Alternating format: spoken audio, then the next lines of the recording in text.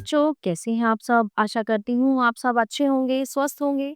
स्वागत है आपका इस कक्षा में। आइए आज हम पढ़ते हैं संस्कृत का पाठ 12 परोपकारः या परोपकार चैरिटी। मतलब परोपकार का मतलब होता है दूसरों पर उपकार करना।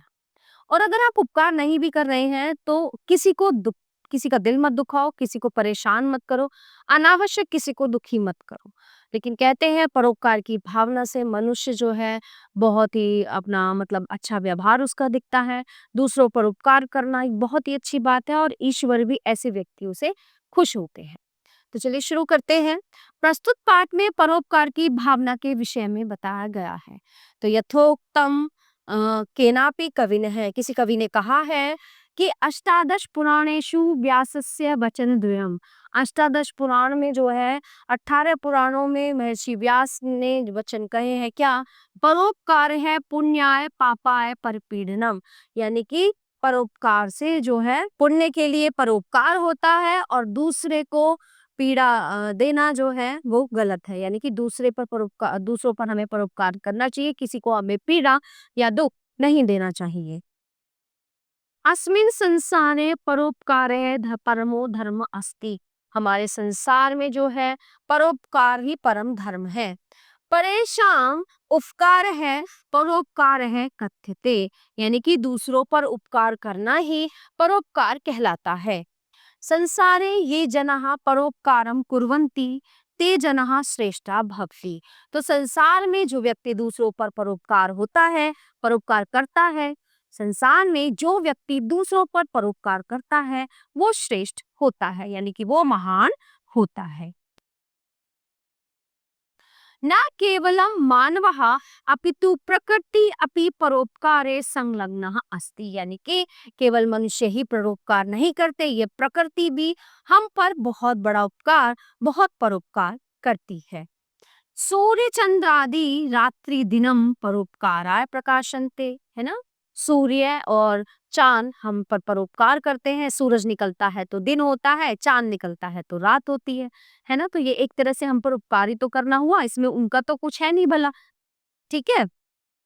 पवन है परोपकाराय बहती। पवन जो है हवा परोपकार करने के लिए बहती है, वो भी हम पर परोपकार करती है। वृक्षः परोपकाराय फलन्ति।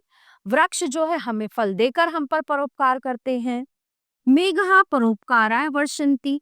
मेघा यानी बारिश जब बरसती है, मेघ जब बरसते हैं, बादल बरसते हैं तो वो भी हम पर परोपकार करते हैं। हमारी जो जमीनें हैं वो उपजाऊ होती हैं, हमारी फसलों को जल मिलता है और बहुत सी सुख सुविधाएं होती हैं।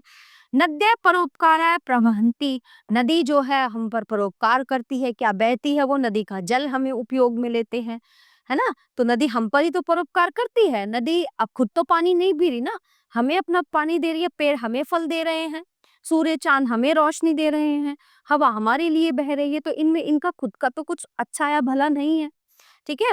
परोपकाराय महर्षि दधीचि देवेभ्य स्व अस्थिनि ऐच्छत्। परोपकार के लिए ही महर्षि दधीचि ने अपनी अस्थियों का दान किया था। है ना? एक बार देवता उनके पास गए थे, किसी राक्षस का वध करना था और उस राक्षस को ये वरदान था कि वो केवल महर्षि दधीचि की अस्थियों के बने हुए शस्त्र से ही उसकी मृत्यु हो सकती है। ठीक है। तो देवताओं पर परोपकार करते हुए देवता परेशान थे, उन पर परोपकार करते हुए महर्षि दधीचि ने अपने प्राण त्याग कर अपनी अस्थियां उन्हें दान में दे दी और फिर उससे अस्त्र शस्त्र बनाकर उस राक्षस का वध किया गया। राजा शिवी परोपकाराय स्व शरीरम अपि अदादद। राजा शिवी ने परोपकार के लिए ही अपना शरीर जो है वो दान में दे दिया था। महात्मा गांधी परोपकाराय बारम बारम कारागारम आगच्छत।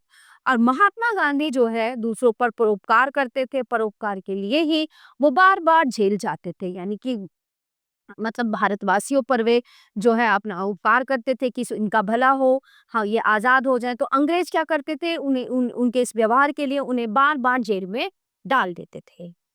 विविधानि कष्टानि च असहत। विवाह बहुत से कष्ट भी सहते थे। महात्मा बुद्ध है जनानाम दुख निवारणाय स्वराज्यम अत्यजत, यानी कि महात्मा बुद्ध ने भी लोगों के यानी कि संसार के दुख दूर करने के लिए सबके मतलब कष्ट हरने के लिए, सबके दुखों का निवारण करने के लिए अपने राज्य का त्याग कर दिया, है ना? क्योंकि वो तो उनका नाम सिद्धार्थ था और उनके पास बहुत अचल संपत्ति थी, बहुत बड़ा राज्य था उनका, महल था। तो उन्होंने त्यागा कि मतलब दुनिया को मैं प्रकाश की ओर ले चलूँ, ज्ञान की ओर ले चलूँ, है ना? जिस झूठ में दुनिया या यहाँ के लोग जी रहे हैं, उसका निवारण मैं करूँ। तो उन्होंने परोपकार के लिए ही अपने राज्य को त्याग दिया था। दयानंद है, विवेकानंद है, च जनानाम दुख निवारणाय आजीवन प्रयत्नम अकुंताम।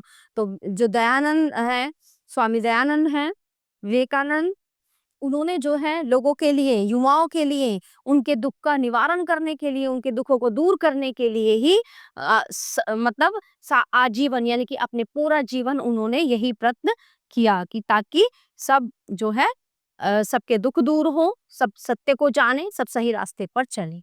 ये जनहा परेशान उपकारम कुर्वन्ति, है ना? ये लोग जो है दूसरों पर उपकार करते थे। ईश्वर है तेषाम सहायताम करोति, इसलिए ईश्वर हमेशा इनकी सहायता करता था, है ना? तो जो व्यक्ति दूसरों पर परोपकार करता है और दूसरों के लिए दया भाव रखता है, ईश्वर उसकी खुद स्वयं रक्षा करते हैं। उसको किसी से भी, किसी व्यक्ति से या किसी से डरने की कोई जरूरत नहीं है। स्वयं साक्षात भगवान उस पर कृपा करते हैं। प्यारे बच्चों, ये पाठ यहीं पे समाप्त होता है। आशा करती हूँ आपको अच्छे से समझ आया होगा। मिलते हैं अगली कक्षा में। धन्यवाद।